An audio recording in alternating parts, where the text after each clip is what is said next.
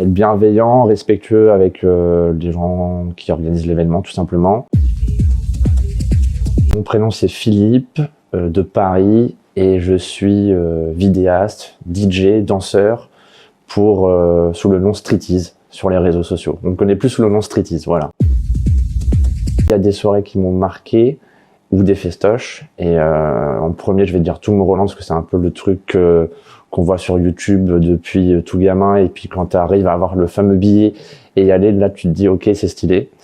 Et après quand tu arrives sur place, c'est que tu vois tout le monde qui a le smile, qui danse, des cyphers, des trucs comme ça, et que pendant 4 jours tu vois pas le temps passer, et qu'il pleuve ou qu'il fasse soleil, tu es en train de kiffer le son et de voir les DJ que tu as envie de voir depuis pas mal de temps, ça fait juste chaud au cœur. Et quand tu quittes le festival, bah, tu as juste envie d'y retourner l'année d'après et de choper ton billet. Moi, je suis plus dans la house, on va dire. House et techno. Et une première à Ibiza au Pacha où tu vois les performeurs danser. Et tu ne connais pas forcément le DJ parce qu'il n'est pas forcément venu en France. Mais tu vois des performeurs danser, tout le monde s'enjaille aussi. Bah, tu peux te dire que tu as envie de retourner à Ibiza. Et malgré le prix, les tarifs, les boissons, de l'eau à 20 balles ou des trucs comme ça, tu vas quand même danser et t'éclater au Pacha. C'est une expérience unique, effectivement. Bah, surtout quand t'es DJ, en fait. Pour ma part, moi, j'ai toujours voulu aller à Ibiza pour mixer, pour y aller un peu en tant que professionnel. Et là, j'y suis allé en tant que client et voir les pubs partout à l'aéroport. En fait, c'est vraiment un mood DJ clubbing et clubbing TV aussi. Et du coup, t'as envie d'y retourner tous les ans, quoi, tout simplement. Le plus gros red flag, j'ai envie de te dire, bah, la file d'attente déjà. Que ce soit à l'entrée ou pour les toilettes, surtout pour les meufs d'ailleurs. Un système son un peu bancal, j'ai envie de te dire des videurs ou un staff un peu désagréable ou malveillant. Et voilà. Un bon système son déjà pour commencer, des bonnes lights, un endroit un petit peu atypique qui fait que bah t'es pas non plus, t'es dans un univers, un mood assez cool. Et après, ce qui fait une bonne ambiance, c'est le public et les gens qui dansent, le DJ. Et un staff accueillant tout simplement. Oser danser, j'ai envie de te dire, parce que je trouve ça que c'est important de oser discuter avec les gens autour de soi, être bienveillant avec tes proches, tes amis, tes groupes d'amis, et ceux que tu connais pas, parce qu'il suffit que tu aies quelqu'un qui est en galère, bah, tu peux toujours dépanner un verre d'eau ou dépanner quelque chose. Le Fantôme, j'y suis allé il y a pas longtemps et je sais qu'il est pas trop mal, j'avoue. Le T7 aussi, mais honnêtement, sur Paris, c'est les deux que je fréquente assez régulièrement. Une sensation de liberté, de légèreté, l'envie un peu de surfer, on va dire. Par exemple, dans la danse électro, c'est un peu vraiment l'esprit de légèreté, de s'éclater avec le son, d'aller chercher toutes les sonorités d'une musique et de s'éclater tout simplement.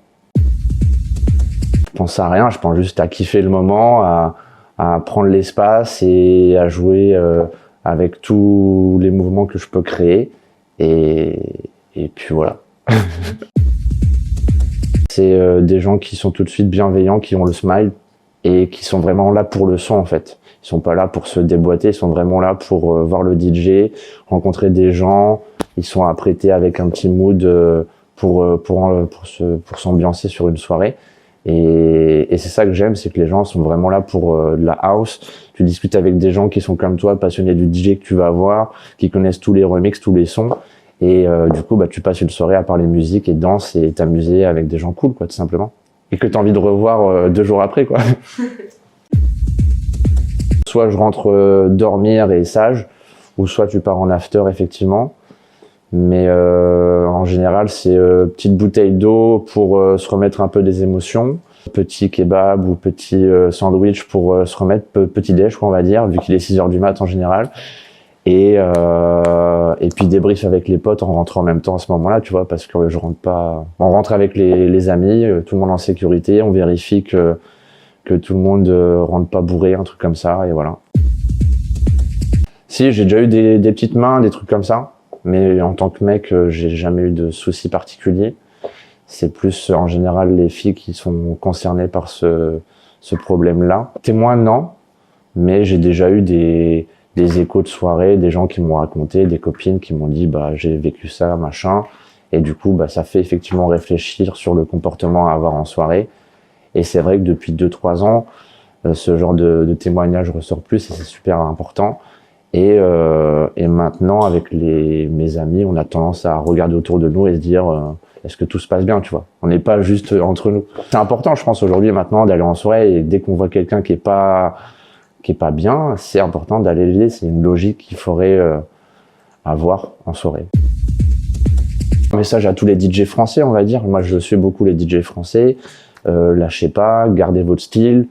Je sais qu'en ce moment, c'est les remixes 90-2000 techno qui cartonnent. Bah, continuez si ça vous fait kiffer, mais sachez qu'il y a des danseurs électro qui kiffent l'électro, la techno. Donc, si vous voulez, n'hésitez pas à vous lancer là-dedans. Mais non, faut pas lâcher, malheureusement. J'avais envie de faire un big up genre à David Guetta ou des DJ Snake, des choses comme ça, mais ils sont tellement hauts que je préfère soutenir des DJ français, le clubbing français tout simplement. Si la communauté était motivée à découvrir la danse électro de nouveau, parce que je sais qu'il y en a beaucoup qui sont restés dans les années 2000 avec ce phénomène tectonique, et est-ce qu'il y en a qui seraient prêts à faire, je ne sais pas, un marathon de la danse et découvrir des danseurs électro avec une bonne soirée électro-techno bien sûr, un marathon de la danse avec tous les styles de danse, mais aussi de la danse électro. Est-ce que ça chaufferait des gens à participer à ça, tout simplement? Je lance un appel, voilà. L'idée est pas mal. J'avais vu un article qui parlait de ça, effectivement, où à Ibiza, tout le monde s'amusait à faire des vidéos et que ça gâchait un peu l'esprit de la soirée. On peut même limite pousser le concept encore plus loin et proposer carrément un cube avec un DJ qu'on voit pas et pas de photos, pas de vidéos et qui fait un moment avec effectivement des visuels, des performeurs et un truc qui reste unique et qui reste gravé dans ta tête. Et après, effectivement, tu sors un bon live sur le net 2-3 mois après, tu vois. Mais le concept me paraît intéressant. C'est juste que maintenant, on est tellement accro à nos téléphones que c'est pas facile pour quelqu'un de pas prendre une photo ou une vidéo pendant la soirée. Non, ça me gêne pas plus que ça. Ça fait partie du mood de la soirée. Les gens aiment bien faire un peu les stars. Ils sont un peu dans leur univers. Donc, je peux comprendre que certains deviennent un peu influenceurs le temps d'une soirée, quoi, tout simplement. Je suis quelqu'un de cool.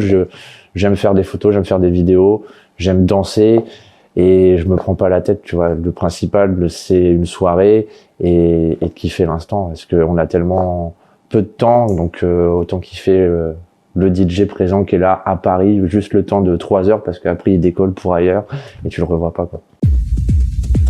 Je suis pour, j'ai envie de te dire, parce que moi personnellement je suis quelqu'un qui boit juste de la bière et une Red Bull, une vodka Red Bull au pire, tu vois.